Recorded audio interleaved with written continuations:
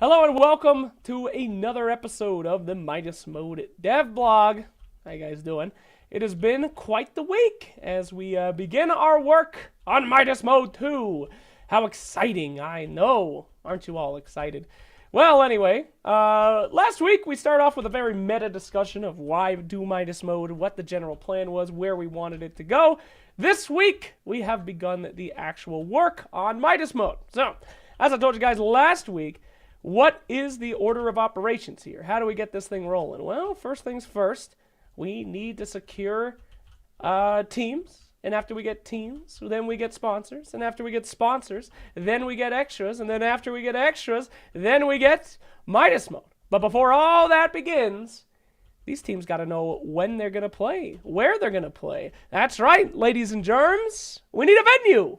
So the work has begun on the venue. For the last week, I've been contacting all the schools that I could.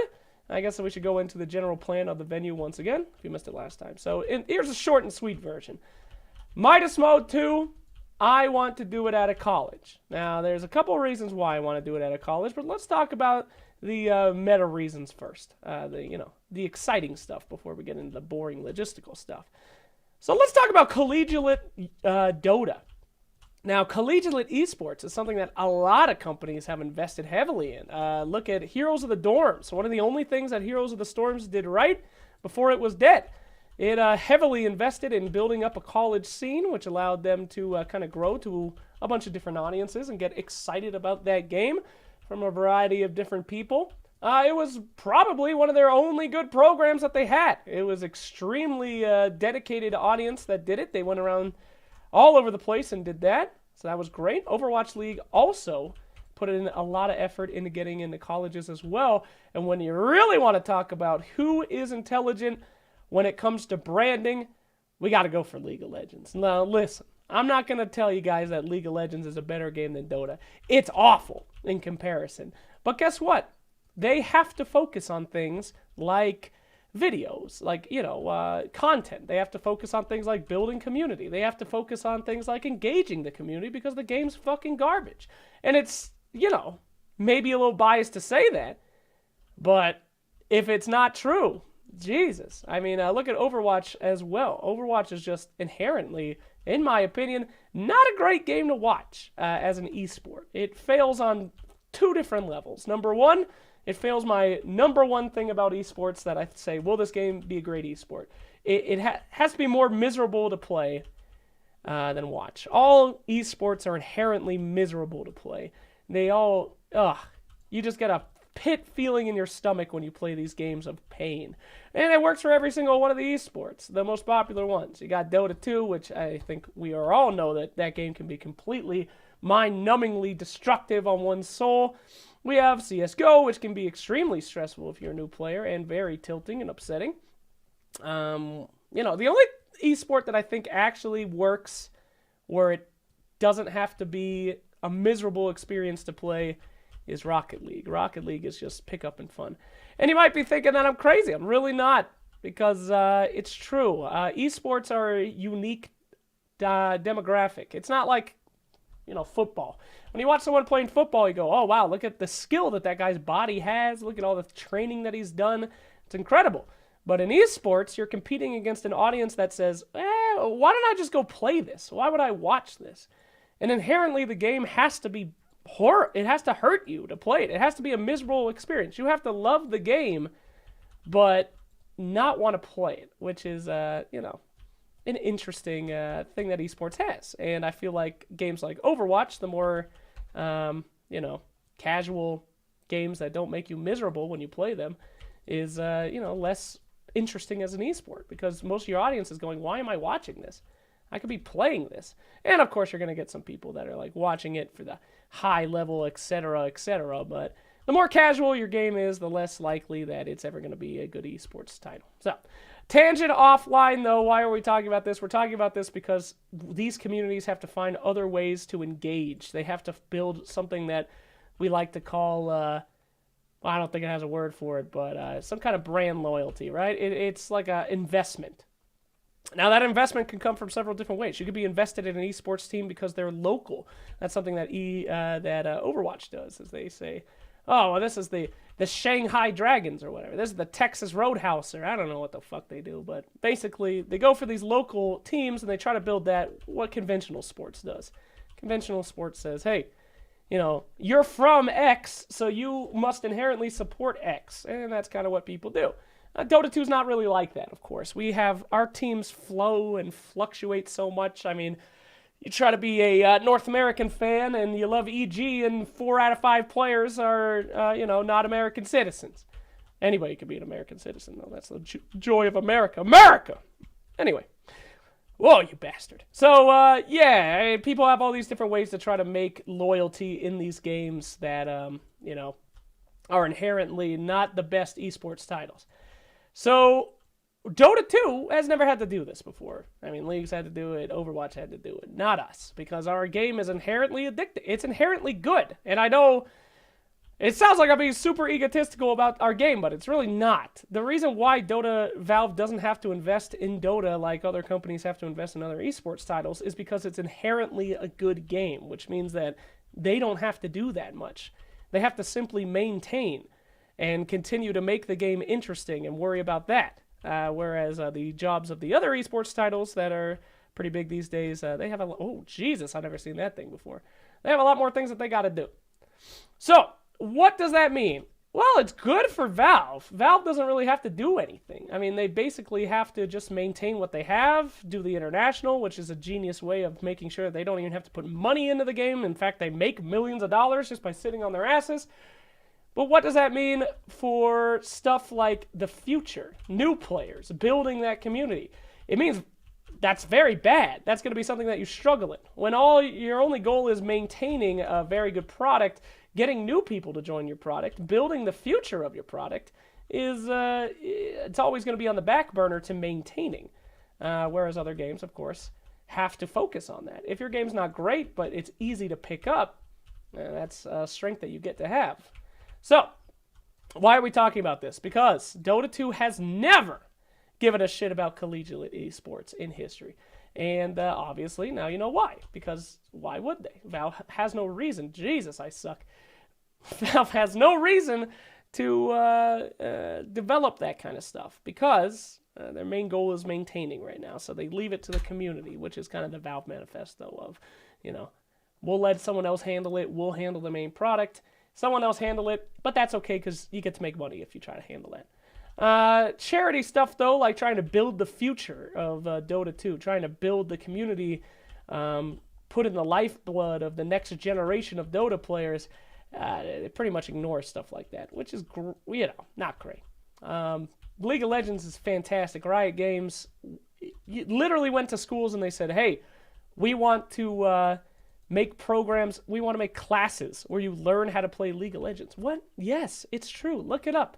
Literally went to schools and paid them to have classes on League. How you have a class on League is beyond me. Easy A, in my opinion, wasn't elective. But anyway, if they had a class on Dota, they'd have like a 10% graduation rate, but suffice it to say. So, pretty much collegiate esports has been ignored in the Dota sphere, much as how most things have been ignored in the Dota sphere because they have no reason to try to do something like that. So I've always wondered about this. Why? Is there anything that we can do to kind of put a focus on collegiate esports? Now, of course, you have like the Star League or whatever, which is doing great. It's been an institution for a long time, but it hasn't really gotten that much overall notice, right? You see a Reddit thread maybe once a year or something about it, but no one's ever really put a focus on Dota in colleges, the next generation of esports players, getting people passionate about playing esports at that age. And it's super important. I challenge you to go to 5 different colleges' esports programs and see if they have a Dota team on their website. Well, let me tell you, they don't. Most of them. You're probably going to find 1 out of 5 that has a Dota team on their website. Whereas they'll have shit like Smite teams are still on their website and not a Dota team. And that's got to say something to you. So one of the big focuses that I want to do on Midas Mode is to highlight one of these colleges and find a college that has a Dota team that's playing well and highlight them as the college to go to if you care about Dota and kind of bring a lot of attention to that collegiate scene that's been very much ignored, not only by Valve, but then subsequently pretty ignored by the community as well. So, as you guys know, that is the general idea of why I thought about doing college in the first place. And then let's talk logistics. Logistically, college makes perfect sense for this tournament. If you guys didn't watch the last blog, there will not be live teams attending the event, which means that we don't need that much space. Honestly, we just need a large screen and a lot of seats and some kind of stage-like area. When you think about that, you could go big, like a stadium, or, by the way, if you think about doing a stadium, they do something like, like a hockey arena. You can cut that in half, build a stage on top of it. Well, that's probably not the thing to do. You can cut a hockey arena in half, build a stage on top of it, and then open it up to half the audience. That's like the ESL special or whatever. So you could do a stage, but in this tournament, really all we would need is a lecture hall. And lecture halls fit hundreds of people. They have that giant-ass screen. They have that giant-ass stage. So in general, for this tournament, I think this is like one of the only tournaments where this could actually happen. We don't actually need a hard venue. Of course, a hard venue is going to be better for everybody. I mean, you'll have concession stands, you'll have staff, security, you'll have a lot more seating and probably more comfortable seating. That's questionable, though. I mean, stadium seating isn't that comfortable. But in general, we have some options here, where most esports tournaments, they don't have any options. They need a giant soundproof booth in the middle of the thing. They need the audience attention in the middle. They got to worry about players, fans, cameras. We can have everything focusing on one area. So lecture halls are something that we can think about. We don't need giant stadiums. But at any rate, yeah. So an interesting proposition that we can have with that, and colleges are great for that. Not only do they have great infrastructure already made for internet because they have to, they can also deal with that kind of, one of the biggest problems with throwing an esports event, you guys might not know this, is the drain on your internet from all those people there using their phones and shit. I know, it's weird, but think about it. Every single one of us are gamers. What are you doing? You're probably watching the Twitch stream to get the chat at the same time as you're watching the game. You're browsing Reddit. Pretty much every single person in your audience in an esports event is also going to be trying to use some kind of form of internet. And if you've ever been to an esports event, unless you have the secret Wi-Fi that they're using in the back, you're not going to be able to do anything like that. However, colleges are used to this kind of shit, right? They got a lot of students. They got that power, baby. So that's also a plus, too, which means we can have internet connectivity where a lot of these tournaments can't really think about that, which opens up a lot more options than you would think. Anywho, so not only that, let's talk about periphery stuff. Finding a venue is difficult because not only does it need to meet your requirements of you need a decent amount of seating, you need a decent amount of internet, you need a decent amount of comfort for your audience, you also need it to be somewhere that your audience can easily go, which is difficult stuff. Again, the last time we talked about ESL New York, same kind of thing. It's great finding these venues with these very fancy places like, ooh, it's in Hawaii. Oh, that's very nice. But how is anyone going to get there? It's cost too much. What about hotels? Everybody wants the Japanese Dota 2 minor. How many of you are going to go pay that much money to go to Japan? Probably not a lot of you. So, again, another aspect with venue is ease of people being able to go. That's why Seattle is very popular right now for Valve, not only because they all, it's like they walk outside and there's the venue, but because it's, a major city, which has a lot of people there, a lot of hotels, a lot of different options for people to go to. So, college, of course, is the same deal. People make college towns around colleges with ease of access. They have dormitories. They have a lot of things that we might be able to work out with that to ease our way into this tournament and help people be able to go for quite inexpensive, actually. I would think that being able to find lodging at a college town when school is out, probably much cheaper than hotels and stuff in a major city like where most esports events would be held. So, at any rate, interesting stuff there, I would hope. So, with all that out of the way, you're probably guessing that, yes, we are looking for a college, and I want to find a college that actually gives a shit about Dota, which is rare because of the system that Valve has built. There's not a lot of colleges that actually give two shits about Dota right now. So the hunt has been on for the last week, contacting schools that have good Dota teams and seeing if they have any interest in running the tournament. Now, I've had a 3-step program of or a list of what these colleges need to have. Of course, this should be pretty obvious by now, but number one, college needs to have a functioning Dota team that they are not ashamed of. A lot of these colleges that I've been calling, they have a Dota team, but they're not on the website. They have a Dota team, but they've never won anything, and they don't go to the meetings at their esports clubs. They just like have in name only. That's not good enough. We want a school that actually wants to promote their Dota team and is proud of what they've accomplished, or, you know, has some other outlying aspect. So, oh God. Oh no. Yes. So anyway, number one, they need to have a functioning Dota team. Number two, they need to have a venue, or at least something that could be thought of as a venue. I know that we might be actually using the lecture hall in the end, but I want my options open. I want to see that they have some kind of venue that they use.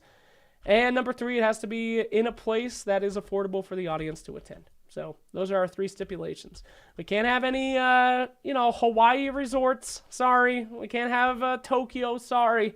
It's got to be some place where a person can actually go there, not spend an arm and a leg to stay there for a few days and have a great time.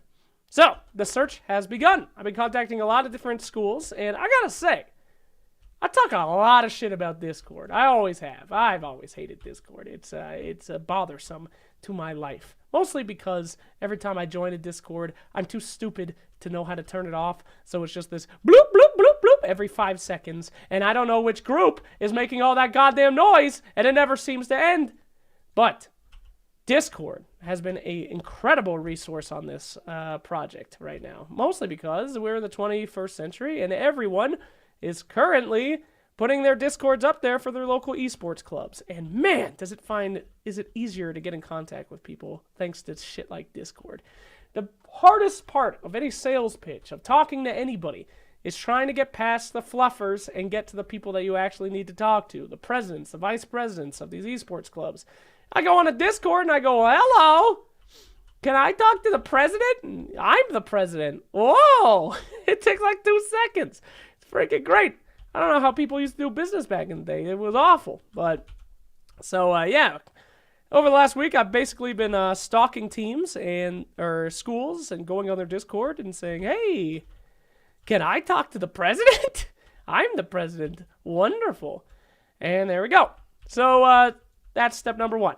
It's been pretty successful from what I've seen so far. We have a couple leads that I won't spoil yet because I do want whoever gets chosen as that school, whoever actually gives a shit about Dota 2, to be the one that we, get that cool and nice announcement. So, at any rate, it's been a very busy week, and a lot of choices have had to have been made over the course of this week that have been pretty tough. For example, there's been a fantastic school that has a facility built in for esports. It's actually a program at the school. It's amazing. And it's not just a student-run organization. It's actually a department in the school. But they don't have a good Dota team. They don't have a Dota team. So can I actually choose that, or am I willing to just sell out and go to that school because they have all the facilities that I possibly could ever want?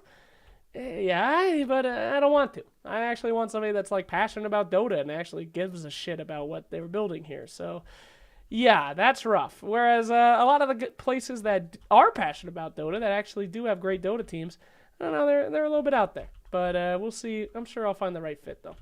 It's got to be a good balance of people that actually want to work with you. The hardest thing about doing these tournaments and doing them right is finding people that share your vision. We talked about that with sponsors. Like, I have a lot of opportunities to get, Bitcoin sponsors and a lot of shit, but I don't share that vision. I don't want to promote that product. Finding a product that you actually want to promote that needs advertisement is a very difficult task. And it's the kind of same thing with these venues in the school, because I very much want the school to feel like they're part of this tournament. I want to give them a title sponsorship that I'd sell for $150,000. I want to give it to them for free, but I want them to work with me. I want them to know the importance of what we're trying to build here and building the awareness for Collegiate Dota 2. So finding that kind of sponsor is going to be kind of tough. It's going to take some time, but all good things take time. So we will find them in the end. Oh, terrible dodge roll. Anyway, what else is on the plate? So basically, that's your update for the week. We are in talks with many a school if you see me in your esports Discord at your local school, please help me. Actually, it's really funny, but it's really true. It's kind of impossible to talk to the right people because a lot of people, they don't have any idea who I am or what I do, and it's very, very useful to have anyone that has any idea who you are and what you do to be able to be like, oh, this guy's cool. That's all you need. You need one guy that says, I know this dude. Yeah, he's legit. Hear him out. And that can skip so many emails, so many weeks of negotiations, just having Frankie say, oh, I know this guy. Talk to him. So, yeah. Anyway, the hunt for the school is still very much on, and we don't have any 100%ers yet. We do have some very interested parties as we are researching still, but of course they have to meet all these stipulations. And as soon as we get that, then we start the fun work. We need a venue first. With venue comes time, and we will know exact dates that the venue is open, and we will know exact times that the event can be run.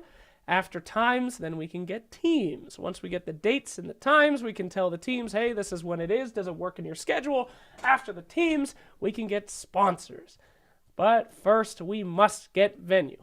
And it is very exciting, though, because not only do you get to know where it's going to be, but I'll finally know when Midas Mode 2 is going to be, a question that a lot of people are asking, and something that needs to be announced immediately so that people can actually come and attend the event for cheap. I don't want to pull a Valve and for TI and say that tickets are on sale, 2 weeks before the goddamn event. That is not the way to get people to attend the event. So we need to get this, ready to go, not just for us, but for our attendees. We need to get it ready to go for the teams. We got to get rolling on this shit. But that's okay, because we're definitely getting there. So, dear viewer, you might be asking yourself, well, what can I do? What's going on? Well, the hunt is still on. If you actually have a Dota 2 team at your school that is actually good, or you have a collegiate esports program that's recognized by the school that they actually give a shit about, because this is one thing that we have seen a lot, or at least I have, is I'll find a school that has a great Dota team, but it's very much student-run with no help from the school at all, and the school just kind of leaves them to their own devices. This is pretty normal in these club and activity things, but the smart schools are saying, hey, this is a way that we can get students to actually attend our school freshmen, so we should probably invest in this. And, dumb schools are just not seeing it as a money-making opportunity, which esports and video games surely are. So some schools get it, some schools don't. We're not there yet. But if your school does, call to arms, baby. Let me know. Shoot me an email and tell me that this school's good and that maybe I should research it. It really is about finding that right partner that fits all those three parameters of has a Dota team, cares about esports, has a decent venue, and wants to work with us. I guess that's 4 parameters. But anyway, if you have any leads for me, hit me up. Let me know. The hunt is still on, and keep you guys updated on how that hunt goes. When we officially have that place, we'll have our venue. Then it's time for teams. Then it's time for fun. But the hunt is still on. Now, if you excuse me, I actually do have a meeting with a school pretty soon. So I gotta go. But we do have time, of course, for the Q&A. So if you guys have any questions about Midas Mode, now is your time. And hit me. Time to stop. Man, what a great run. This ice gun is legit. Time to kill myself. Whee! All right. What do you people got for me? Any questions? We good? I'll do this for a little bit. How long will you be gone for? We'll miss you. Probably the rest of the day. Oh, right. Yes, I forgot. I don't know if I want to tell you this, actually. I'm gonna hold off on that one. Skyward. But because I have some plans. Well, it should be pretty obvious what my plans are, depending on your question. But I think I have some funny plans for the school that we eventually find. So, yes, I will say yes, but I won't go into detail of how much. But yes. Anyway, let's see here. Rutgers. Oh, spoilers. Will Layden Piss Vape sponsor still Midas Mode? Most of the sponsors that we worked with last time are very happy with the sponsorship, but of course, We have to reach out to them and see if they still align with what we want. Are we just looking in the U.S.? Great question. A lot of the best collegiate teams for Dota are actually in Canada. A lot of the top schools are in British Columbia, and there's one in Vancouver, and they have really good Dota 2 teams. So I think I have to do it in the U.S. because I'm never, ever in my life worked with anyone from a different country, and I'm worried that maybe trying to host a tournament in Canada is going to have some legal shit since I'm leaving the country, and I'm scared to deal with that. I don't think I have the capability or the know-how to work around that. So, yeah. Also, I don't know. Yeah, I think it's got to be North America, or just the U.S., unfortunately. Although I did say North America, but I'm too scared to do it outside the USA. Which region does the school need to be in? Any in North America. I'm open to it. I don't care. Unless it's Alaska or Hawaii. And I do care. Mainland United States, I would say. Do you have sponsors with the schools, as in Harvard would be fine with alien piss? Yeah, of course. Venue, but, we need venue first. So some of our sponsors might not be welcome, if we go to Harvard and they say, we don't want you to advertise vaping. But that's all stuff that we could have talks with afterwards. Of course, we're still looking for the right kind of school that wants to work with us and kind of gets the vision. So we'll see. Of course, I understand, though. We're probably not going to be able to have any marijuana sponsors. Let's see. Russian schools are good. Does it matter college size? No, I don't care. I don't care about any college size. I care about how much they give a shit.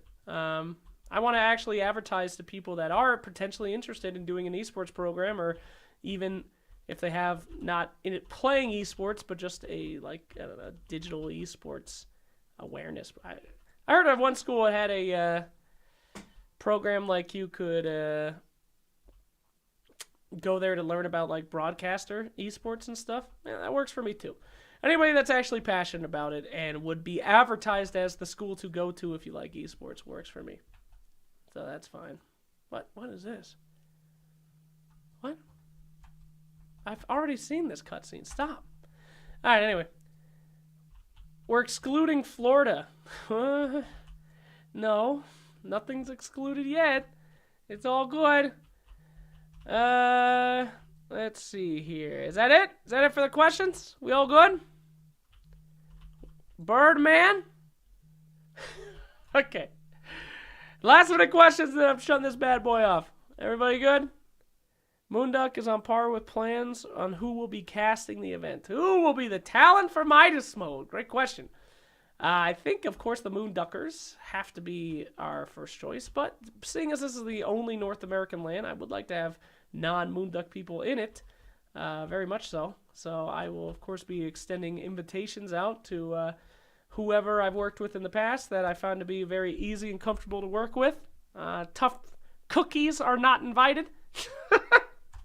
Because I ain't got shit. I ain't got time for that shit.